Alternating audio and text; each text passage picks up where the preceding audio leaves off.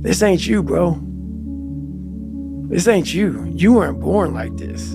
You won't die, and if you do die, you won't care, because you'll be dead. Best case, you win. Worst case, it won't matter. There's no luck in this game, man. It may be a little bit of luck, but the luck happens after you bust your ass and you put yourself in that lucky situation. Luck doesn't happen. You put yourself in that situation where luck might fucking happen. And that's what people don't know.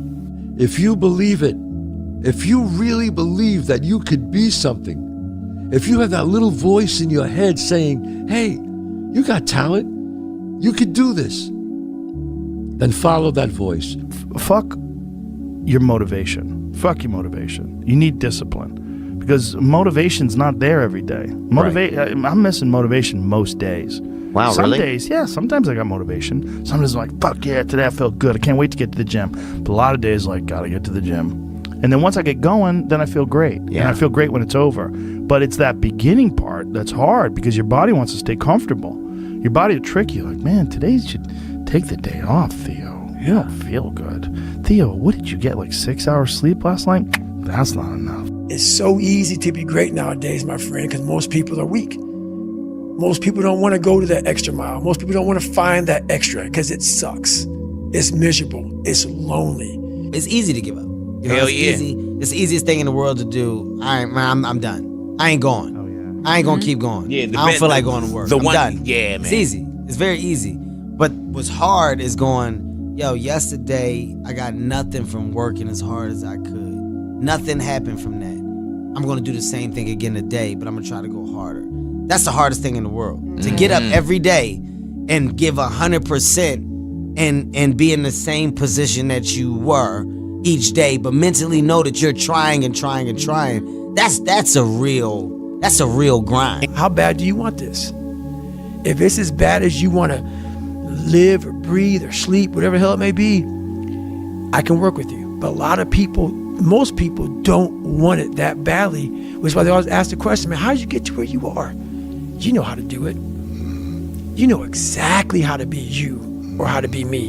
You don't want to do it. Like, I want to see what you do when you're tired. Let me see how you push yourself. Come on, man. Get up. Get up again tomorrow. Get up again tomorrow. Get up again tomorrow. The next day. Get up. Get up. Get up. Get up. Keep going. How long can you maintain a positive attitude? There's no hacks, bro. It's you against you. You against you. And if you misunderstand that, you have a real problem. You wake up, right to work. Immediately your mind is in action. No one wants to do that. No one. And I don't blame them. But don't be mad. When you're laying there in your fucking bed and you're in the fucking hospital and you're 70, 80, 90 years old and you're thinking, man, I feel like I didn't fucking do something. Because you did. You didn't do it. You didn't do shit. You may have lived a great life, man, but you're always gonna feel empty inside. I don't feel empty. The life you want is on the other side of a few hard conversations, and you're living a life you hate because you're too afraid to have them. I think about that a lot.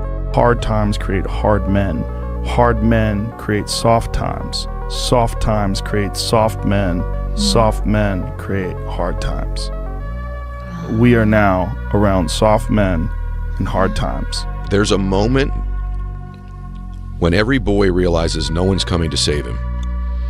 And that's when he becomes a man. And some boys never get there and stay children forever. You should be a monster.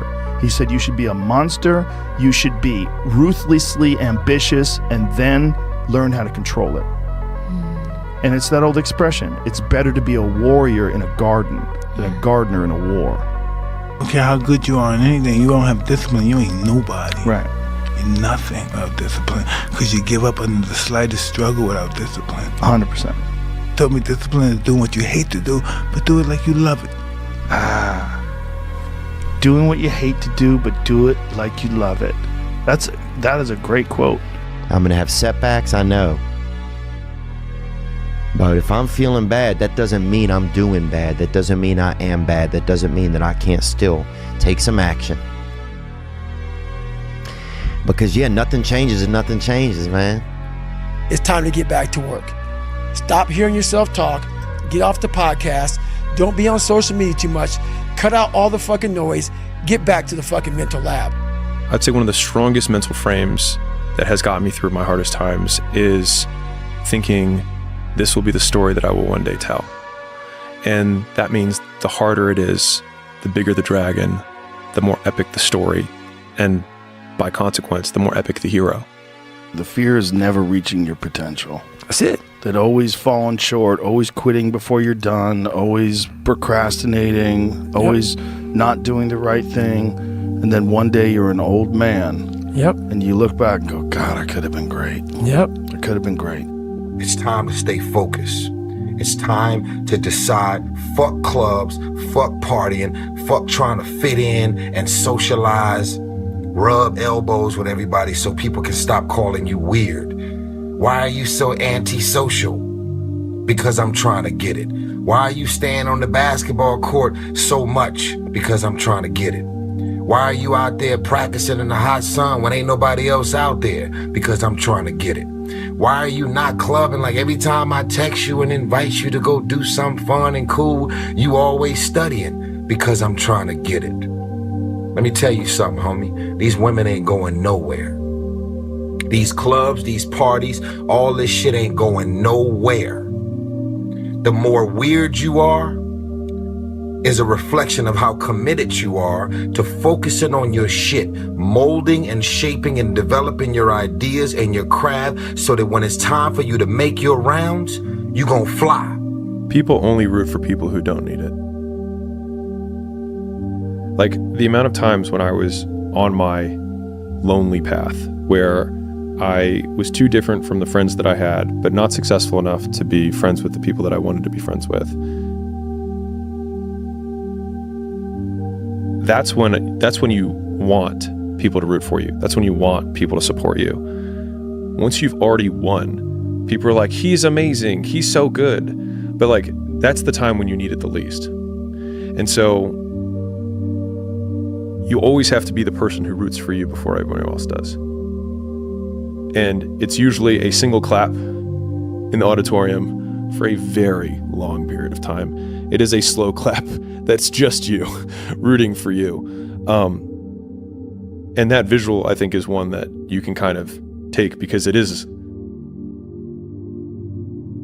People struggle to do things alone. And the path of the exceptional person is one of an exception, which means that you are not with other people. And rather than fighting that or bemoaning it, see it as an indicator that you're on the right path. Because if everyone else were cheering you on, then it means you're not in the right place, because it means you're just like everyone else, and that's not where you want to be. Life isn't fair at all. At all. So what are you going to do about it? I knew that no one was coming back to help me. No one was going to miracle me to be somebody special. So mentality is the only thing that gets us through life. I was an underdog. We are all underdogs in life. Even the baddest person in the world should think that way. So you should always have I've never arrived mentality. And the can't hurt me mentality is no matter where you come from, the sewer or wherever you think you're from. When I got out of the sewer, I got to the road and looked around and said, can't hurt me. Nothing should be able to hurt you. If you believe that, it starts to become true.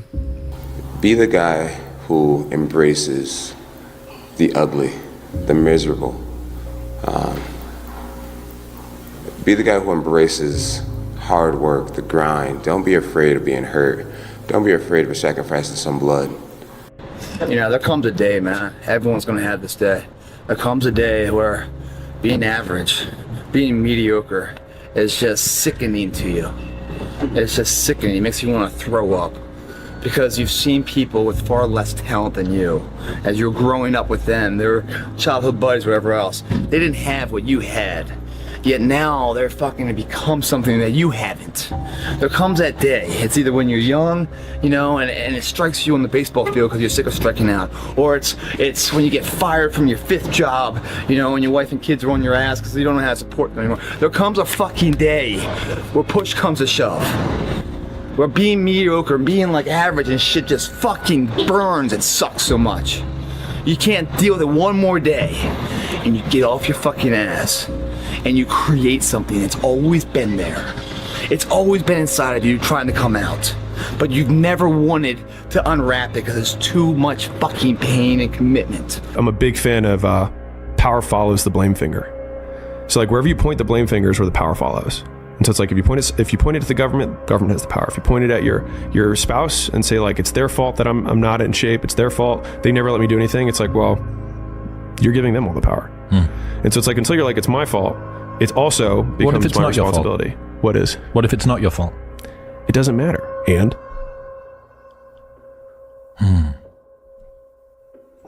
like I can't run marathons because I lost my leg at birth. And either you can just never try, or you put the metal thing on and you do it anyways.